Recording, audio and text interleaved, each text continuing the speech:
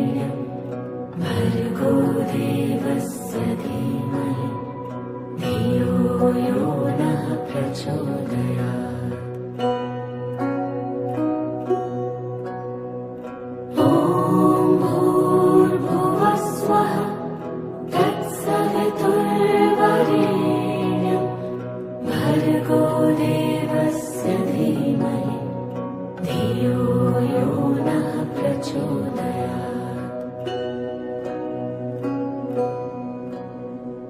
ॐ भूर्भुवः स्वः तत्सवितुर्वरेण्यं भर्गो देवस्य धीमहि धियो यो नः प्रचोदयात्।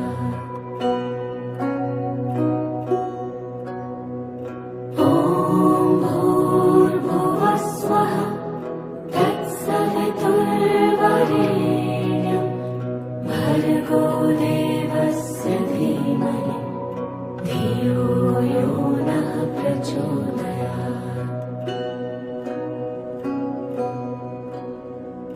ॐ भूर्भुवः स्वः तत्सवितुर्वरेण्यं भर्गो देवस्य धीमहि धियो यो नः प्रचोदयात्। ॐ भूर्भुवः स्वः तत्सवितुर्वरेण्यं भर्गो देवस्य धीमहि धियो यो नः प्रचोदयात्।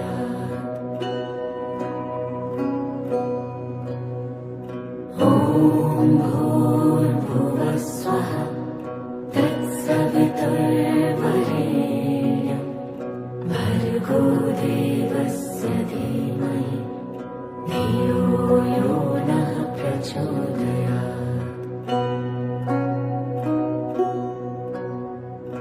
ॐ भूर्भुवः स्वः तत्सवितुर्वरेण्यं भर्गो देवस्य धीमहि धियो यो नः प्रचोदयात्।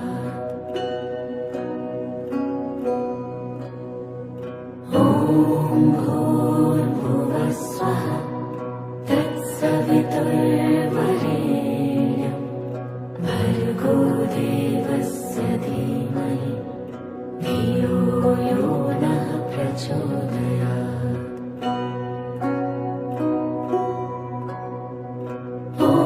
ॐ भूर्भुवः स्वः तत्सवितुर्वरेण्यं भर्गो देवस्य धीमहि धियो यो नः प्रचोदयात्।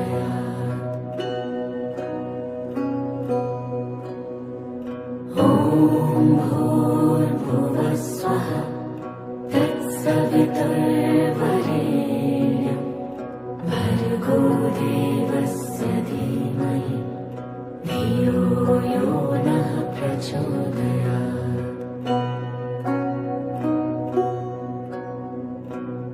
ॐ भूर्भुवः स्वः तत्सवितुर्वरेण्यं भर्गो देवस्य धीमहि धियो यो नः प्रचोदयात्। ॐ भूर्भुवः स्वः तत्सवितुर्वरेण्यं भर्गो देवस्य धीमहि धियो यो नः प्रचोदयात्।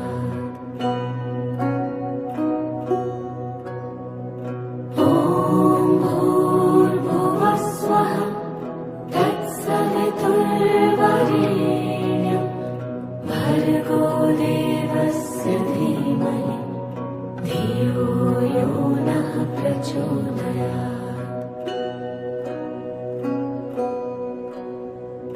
ॐ भूर्भुवः स्वः तत्सवितुर्वरेण्यं भर्गो देवस्य धीमहि धियो यो नः प्रचोदयात्। ॐ भूर्भुवः स्वः तत्सवितुर्वरेण्यं भर्गो देवस्य धीमहि धियो यो नः प्रचोदयात्। ॐ भूर्भुवस्वः तत्सवितुर्वरेण्यं भर्गो देवस्य धीमहि धियो यो नः प्रचोदयात्। ॐ भूर्भुवस्वः तत्सवितुर्वरेण्यं भर्गो देवस्य धीमहि धियो यो नः प्रचोदयात्। ॐ भूर्भुवस्वः तत्सवितुर्वरेण्यं भर्गो देवस्य धीमहि धियो यो नः प्रचोदयात्। ॐ भूर्भुवस्वः तत्सवितुर्वरेण्यं भर्गो देवस्य धीमहि धियो यो नः प्रचोदयात्। ॐ भूर्भुवस्वः तत्सवितुर्वरेण्यं भर्गो देवस्य धीमहि धियो यो नः प्रचोदयात्। ॐ भूर्भुवस्वः तत्सवितुर्वरेण्यं भर्गो देवस्य धीमहि धियो यो नः प्रचोदयात्। ॐ भूर्भुवस्वः तत्सवितुर्वरेण्यं भर्गो देवस्य धीमहि धियो यो नः प्रचोदयात्।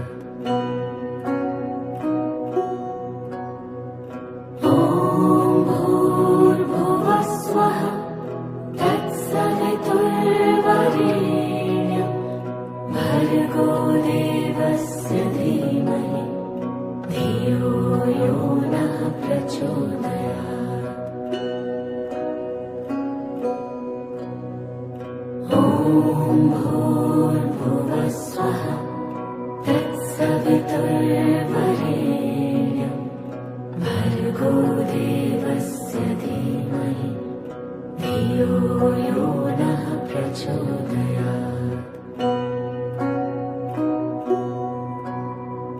ॐ भूर्भुवस्वः तत्सवितुर्वरेण्यं भर्गो देवस्य धीमहि धियो यो नः प्रचोदयात्।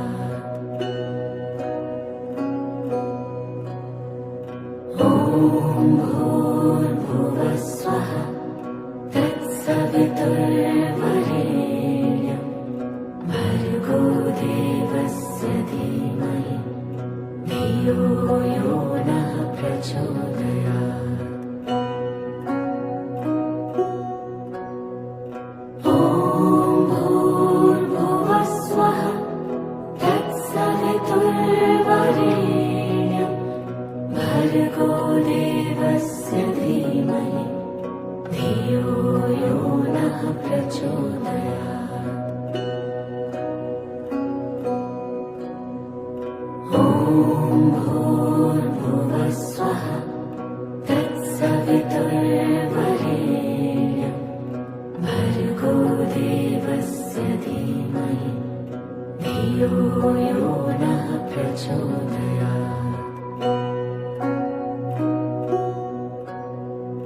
ॐ भूर्भुवस्वः तत्सवितुर्वरेण्यं भर्गो देवस्य धीमहि धियो यो नः प्रचोदयात्।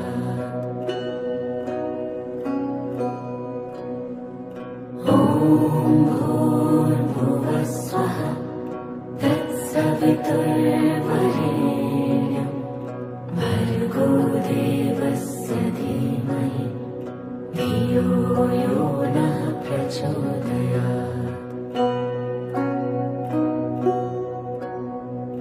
ॐ भूर्भुवः स्वः तत्सवितुर्वरेण्यं भर्गो देवस्य धीमहि धियो यो नः प्रचोदयात्।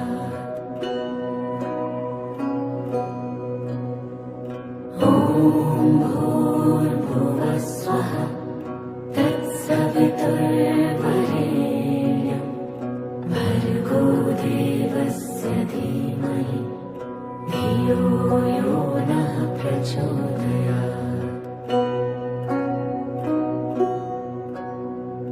ॐ भूर्भुवः स्वः तत्सवितुर्वरेण्यं भर्गो देवस्य धीमहि धियो यो नः प्रचोदयात्।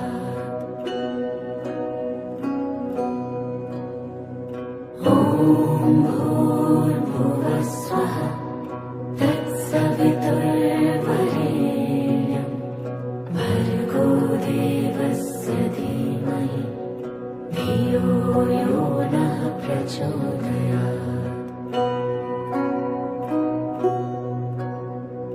ॐ भूर्भुवः स्वः तत्सवितुर्वरेण्यं भर्गो देवस्य धीमहि धियो यो नः प्रचोदयात्।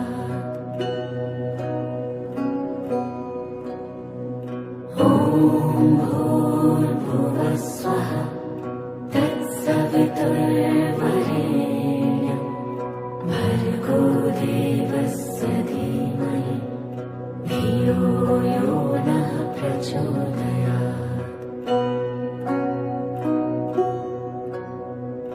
ॐ भूर्भुवः स्वः तत्सवितुर्वरेण्यं भर्गो देवस्य धीमहि धियो यो नः प्रचोदयात्।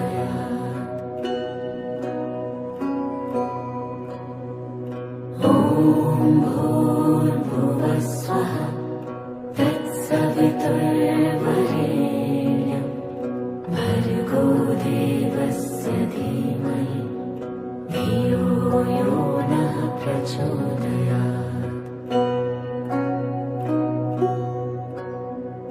ॐ भूर्भुवः स्वः तत्सवितुर्वरेण्यं भर्गो देवस्य धीमहि धियो यो नः प्रचोदयात्।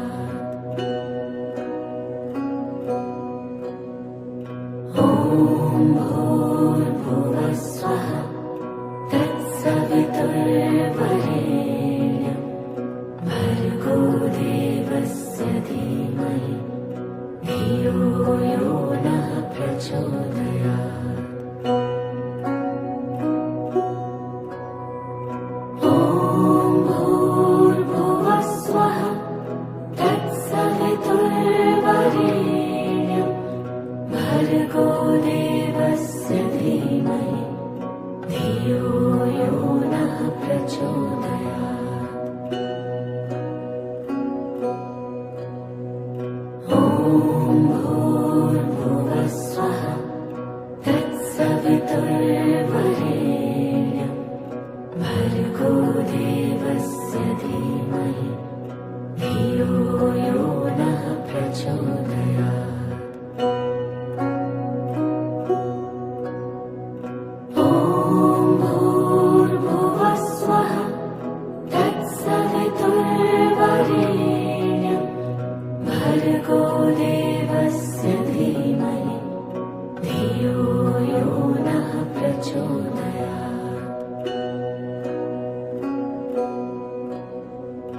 ॐ भूर्भुवः स्वः तत्सवितुर्वरेण्यं भर्गो देवस्य धीमहि धियो यो नः प्रचोदयात्।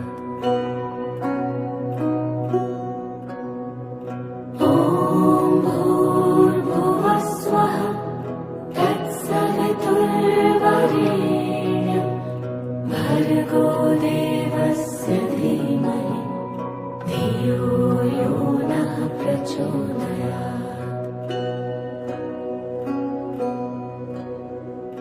ॐ भूर्भुवः स्वः तत्सवितुर्वरेण्यं भर्गो देवस्य धीमहि धियो यो नः प्रचोदयात्।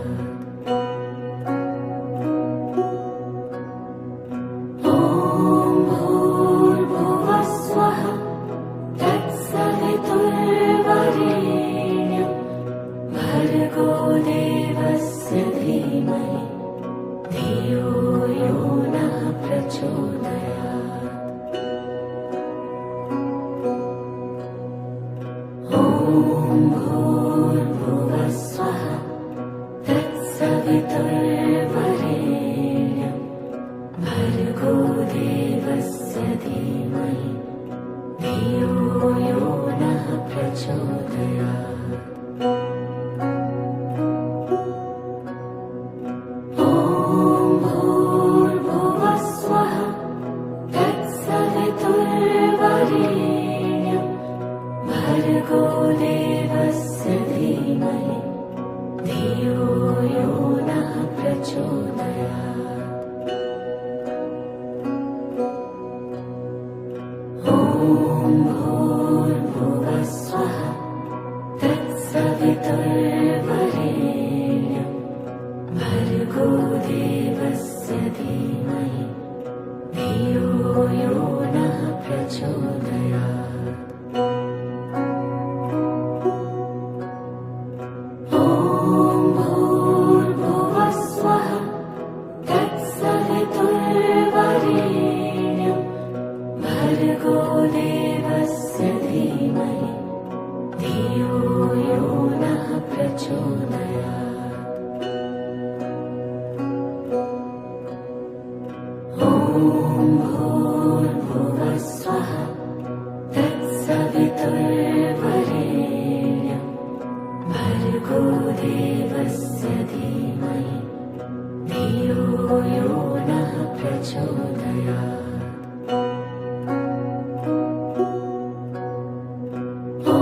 ॐ भूर्भुवः स्वः तत्सवितुर्वरेण्यं भर्गो देवस्य धीमहि धियो यो नः प्रचोदयात्। ॐ भूर्भुवः स्वः तत्सवितुर्वरेण्यं भर्गो देवस्य धीमहि धियो यो नः प्रचोदयात्। ॐ भूर्भुवः स्वः तत्सवितुर्वरेण्यं भर्गो देवस्य धीमहि धियो यो नः प्रचोदयात्।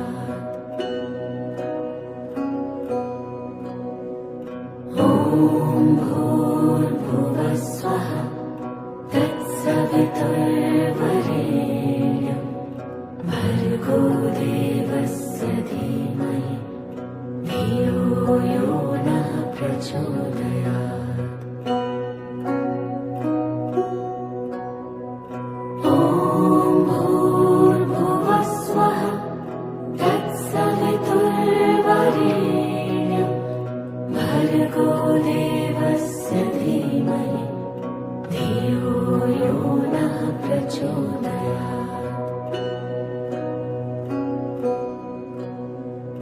ॐ भूर्भुवः स्वः तत्सवितुर्वरेण्यं भर्गो देवस्य धीमहि धियो यो नः प्रचोदयात्।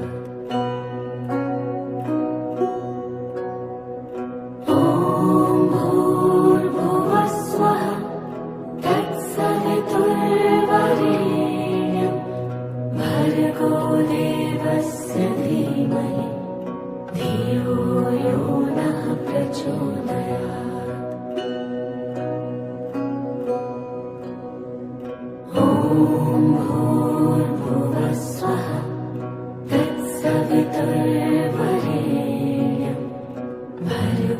देवस्य धीमहि धियो यो नः प्रचोदयात्।